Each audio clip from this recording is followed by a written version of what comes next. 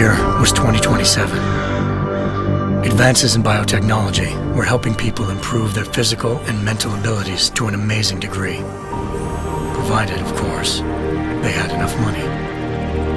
A new breed of people was emerging, half human, half machine. And in Detroit, at least, not everyone was happy to see it. I'd just landed a job as head of security at Sarif Industries, a cutting-edge biotech firm.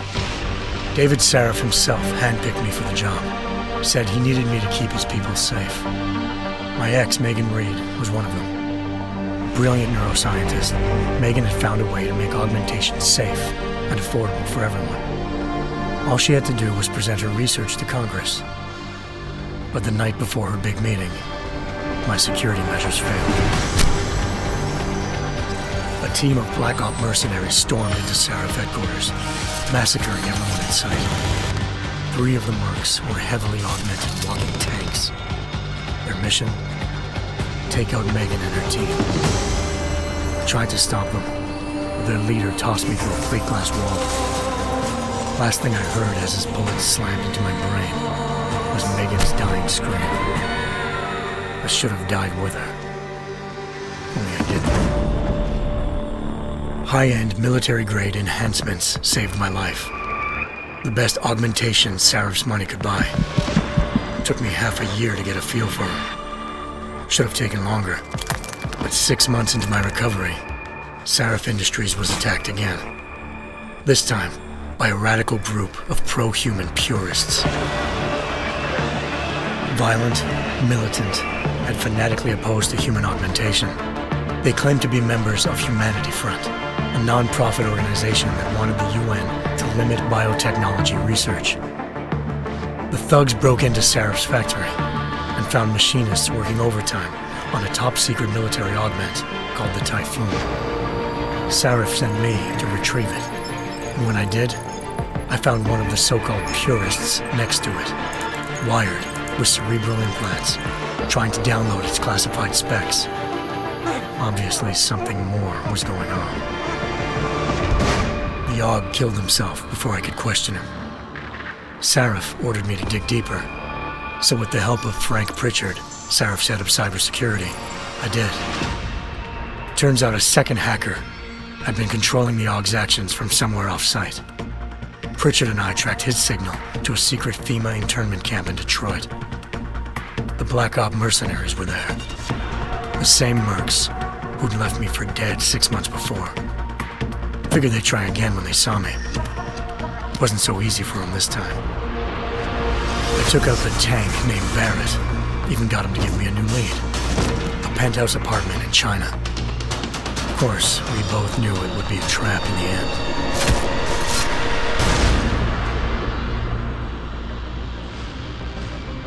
Hengsha Island, China. Home to a city so crowded, they had to build a second city on top of it. Trying to find clues in Hengsha wouldn't be easy. Lucky for me, I wasn't alone. Farida Malik, Sarif Industries' ace pilot, had lived in Hengsha before. A good person to have on your side. She knew enough about the place to get me around.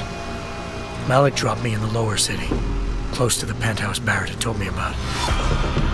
Bell Tower Associates, a private security firm under contract to the Chinese government, had agents tossing the suite when I arrived. Just not for the reason I'd been expecting. Turns out the man who lived there was a criminal hacker named Van Bruggen. The same hacker who'd been remotely controlling the Aug in Sarif's factory.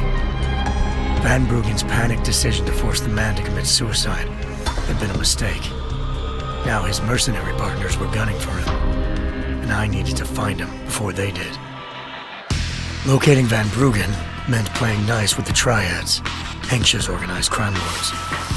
They had the hacker holed up inside a low-rent capsule hotel. By the time I found him, Van Bruggen had no qualms giving up the woman who hired him. Zhao Yunru, president of the Taiyang Medical Corporation.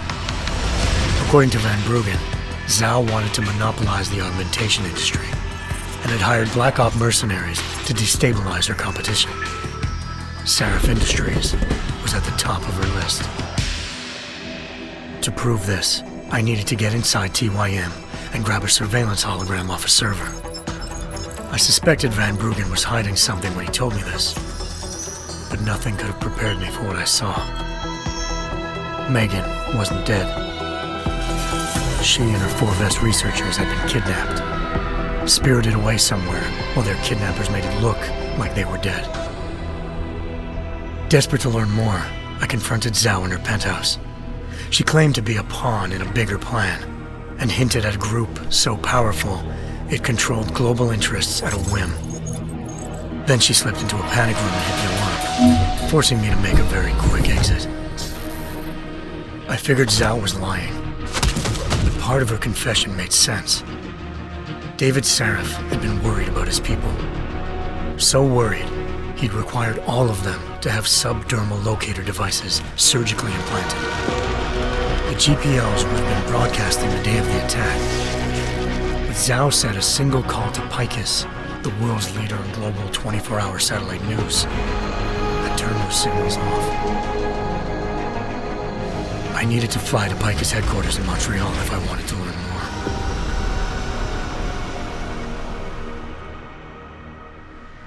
Eliza Cassan, Picus Communications' First Lady of News.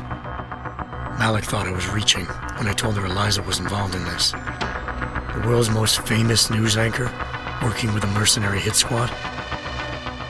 But when I confronted Cassan in her office, she freely admitted to jamming Detroit's satellites the night Megan's team had been taken. Said she's just been following her commands. I suspected she wanted to say more. But Black Op mercenaries showed up looking to shut us both down. And just like that, the Eliza I'd been talking to disappeared. The Mercs were led by an augmented killer I'd crossed paths with twice before. Fedorova, a woman who'd made silence her best friend. She waited for me to track Eliza's transmission to a secret server room underneath the Picus complex, then jumped me from behind. A deadly fight ensued. I made sure she never moved silently again. With Fedorova down and no one left to keep Eliza quiet, she reappeared. Turns out Picus's First Lady of News wasn't a lady at all. She was a sophisticated AI program, engineered to monitor data streams and control what people believed. Eliza told me the Mercs had brought in a Humanity Front doctor named Isaiah Sandoval to remove the scientist's implanted tracking devices while Detroit's satellites were down. She also told me to speak to David Sarif if I wanted to learn more. By the time Malik and I got back to Detroit, tensions between normal and augmented citizens had reached a flashpoint. Riots were breaking out in several cities, and the UN was being urged to intervene. Sarif was trying hard to convince Hugh Darrow, the inventor turned philanthropist who'd once been a leading proponent of enhancement technologies, to help stop a possible regulatory vote. Sarif had a lot riding on Darrow. Megan's discovery would have given millions of people the chance to evolve beyond their normal human abilities, and at the same time catapulted Sarif Industries to the top of the Fortune 500. According to Sarif, Megan's kidnappers knew this, and didn't want people evolving unless they controlled how it was done. He called his enemies Illuminati, and urged me to keep searching. Determined to do so, I tracked down Sandoval via America's most outspoken augmentation opponent, Bill Taggart, Sandoval's boss and founder of Humanity Front. Sandoval admitted to operating on Megan's team when I confronted him, but said he hadn't removed their GPLs. He'd merely switched them to a different frequency. Pritchard was able to trace one of the signals to China. Malik and I immediately took off in pursuit. Unfortunately, the Illuminati were one step ahead.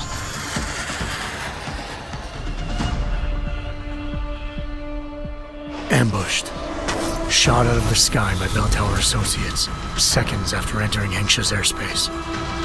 Malik's piloting skills saved me. After a tense and bitter struggle, I escaped into Lower Hengsha. The tracking signal I was following led straight to the Triads, or more specifically, to the augmented arm of Tong Si-hung, leader of a gang of augmentation harvesters. Tong said they'd taken the arm off a corpse, which Bell Tower had left at their door, meaning at least one of Sarif's scientists was dead. Maybe not the rest of them, though. Tong pointed me to a port used for human trafficking and helped me slip aboard a bell tower ship. It was sailing to Rifleman Bank Station, a military base in the South China Sea. Bell Tower was holding kidnapped civilians as prisoners there, and using them to perfect the Hyron Project, a human-computer interface that left most of its test subjects dead. My search for Megan would have ended then, if not for a mysterious ally named Quinn. In exchange for my help exposing Bell Tower, he slipped me aboard a second ship headed to Singapore and an Illuminati-run biotech facility called Omega Ranch. 3 of Seraph's scientists were there, forced by their captors to create a technology capable of remotely shutting down augmented abilities. Thanks to an emergency recall notice issued by the World Health Organization, millions of people all over the world already had the biochip installed. With the help of the scientists, I tracked Megan to a private section of the ranch. There, I ran into Yaron Namir, the walking tank who'd put a bullet in my brain the first time we met. He'd teamed up with Zhao and was hoping to catch me off guard. Their little ambush didn't work. I found Megan in a suite belonging to Hugh Darrow, the billionaire philanthropist who'd Seraph had called on for help. Darrow had convinced her to go along with the biochip plan by promising to sabotage the tech. As she was explaining this, Darrow appeared in a global broadcast, telling the world that augmentations would be the death of mankind. Then he activated the biochips to prove his point. All over the world, augmented people flew into a killing frenzy. Darrow had betrayed everyone, and it was up to me to set things right. To do it, I had to reach Panchaea, a massive installation in the Arctic Ocean. As I raced through corridors built by an all-augmented workforce, I saw death and destruction firsthand. By the time I shut down Darrow's broadcast, I knew the damage he'd done. Still, humanity's future remained unclear. How would the world react to this sabotage? Would people ever regain their faith in augmentations again? What would be the Illuminati's next move? Only time could give us the answers.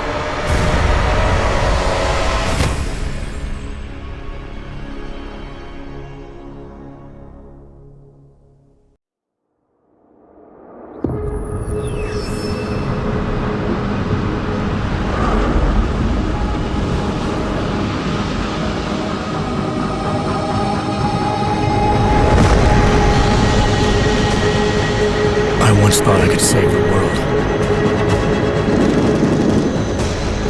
Now look at it.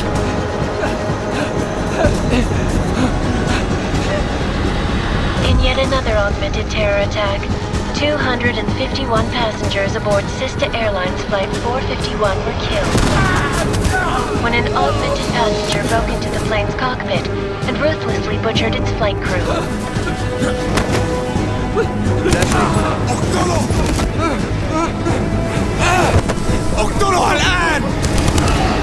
Details recovered from the black box recorder suggest that the man may have been suffering flashbacks to the AUG incident. That horrible day 2 years ago when augmented people all over the world flew into a psychotic killing spree, causing the greatest loss of life in recent history. Sometimes you just have to let go and embrace what you've become. Not gonna go all wonky on us now, Hansa, are ya? Well, if I do, McCready, I guarantee you'll never see it coming. Agent Jensen! Am I gonna have a problem with you? No, sir. No reason to assume you would.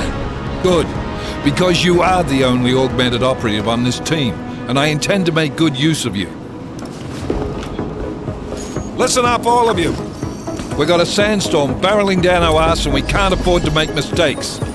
We're going after this man, an arms dealer named Shepard. He's ex-Bell Tower, one of the Special Forces commanders who disappeared during the incident. And he's come out of hiding? That cannot be good. It's not. He's selling weapons and military-grade augments to terrorists. This is Aran Singh, the undercover agent who lured Shepard out of his hole. best UC Interpol's got. For 3 years he's worked hard to get in tight with the Jinn, an Iraqi smuggling cartel that's infected the Eastern Hemisphere like a plague. Last week, our arms dealer sent a message to the Jinn, offering to sell them a shitload of black market merchandise dirt cheap. They told Singh to handle the buy. They're not gonna like it when Interpol disrupts their party. Sing's cover really that good? It is right now. We need to keep it that way. This is where the deal's going down. A half-finished high-rise hotel that's been abandoned ever since the incident. It's not a pretty picture inside. Let me guess. Most of the laborers were augmented with heavy-duty industrial rigs. So when the incident hit, and they all went schizo, things got gruesome real fast. And no one, except for some homeless junkies, have been inside the place ever since. So what's the plan, Director? Singh's meeting Shepard on the ground floor, inside the hotel's main atrium. He sent the bulk of his Jinn crew to the penthouse levels to secure a vantage point. I want McCready's team to take up positions overlooking the atrium and make the arrest. Jensen, you're going in solo from the roof. My objectives? Keep the Jinn from joining the party. As far as we can tell, only one route connects the atrium to the penthouse level, a halfway decent elevator shaft. Here. I want you to block access to it. Fine. Just cut me loose. Do you plan on relying solely on your augments for this one? I'd recommend taking a little hardware, just to be sure.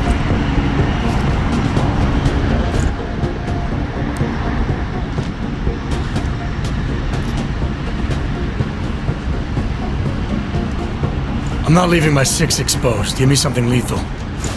Your call, but Singh's undercover in all this. So watch your fucking sights. What about range? There's lots of wide spaces and high ceilings in there, but a number of tight and constrained rooms too. So it's a crapshoot, really.